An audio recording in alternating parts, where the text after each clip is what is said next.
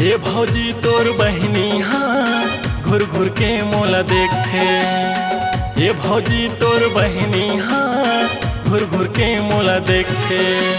पसंद आगे हाँ का बोला, पसंद आगे हाँ का बोला, पूछ के मोला बता दे भौजी, पूछ के मोला बता दे। ए भौजी तोर बहिनी हाँ मोला पसंद करथे।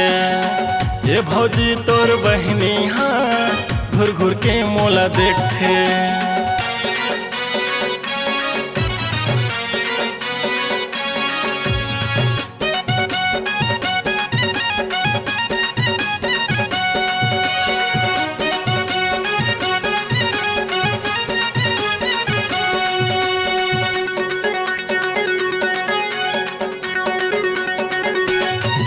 अर चढ़े रही थे लेंटर माँ मोला बलावत रही थे।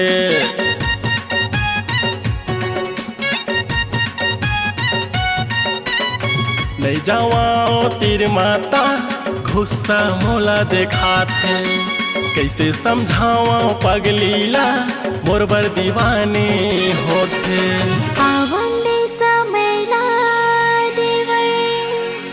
पूछ के तोला बताऊंगा, ये टूरी अभी पगली जाना तो ये कर मरहूंगा। ये भौजी तोर बहिनी हाँ घुर घुर के मोला देखे। ये भौजी तोर बहिनी हाँ मोला पसंद करथे।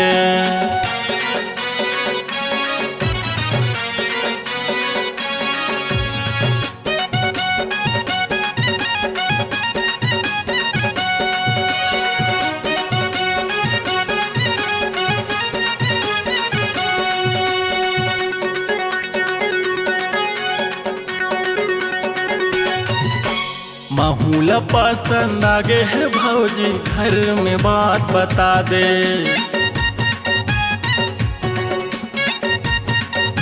सुन तो घरे हवस मोबाइल वो मैके में फोन लगा दे। तोर बहिनी ला मोर बर भौजी बिहाव के चर्चा चला दे। ज्यादा के माया देवर जी के जंजाल होते। धीरे धीरे बात चला हूँ घर में सब झन मनाऊंगा। ये भौजी तोर बहिनी हाँ घुर घुर के मोला देखे। ये भौजी तोर बहिनी हाँ मोला पसंद करथे। पसंद आगे हाँ का बोला, पसंद आगे हाँ का बोला, पूछ के मोला बता दे भौजी, पूछ के मोला बता दे। ये भौजी तोर बहिनी हाँ मोला पसंद करथे।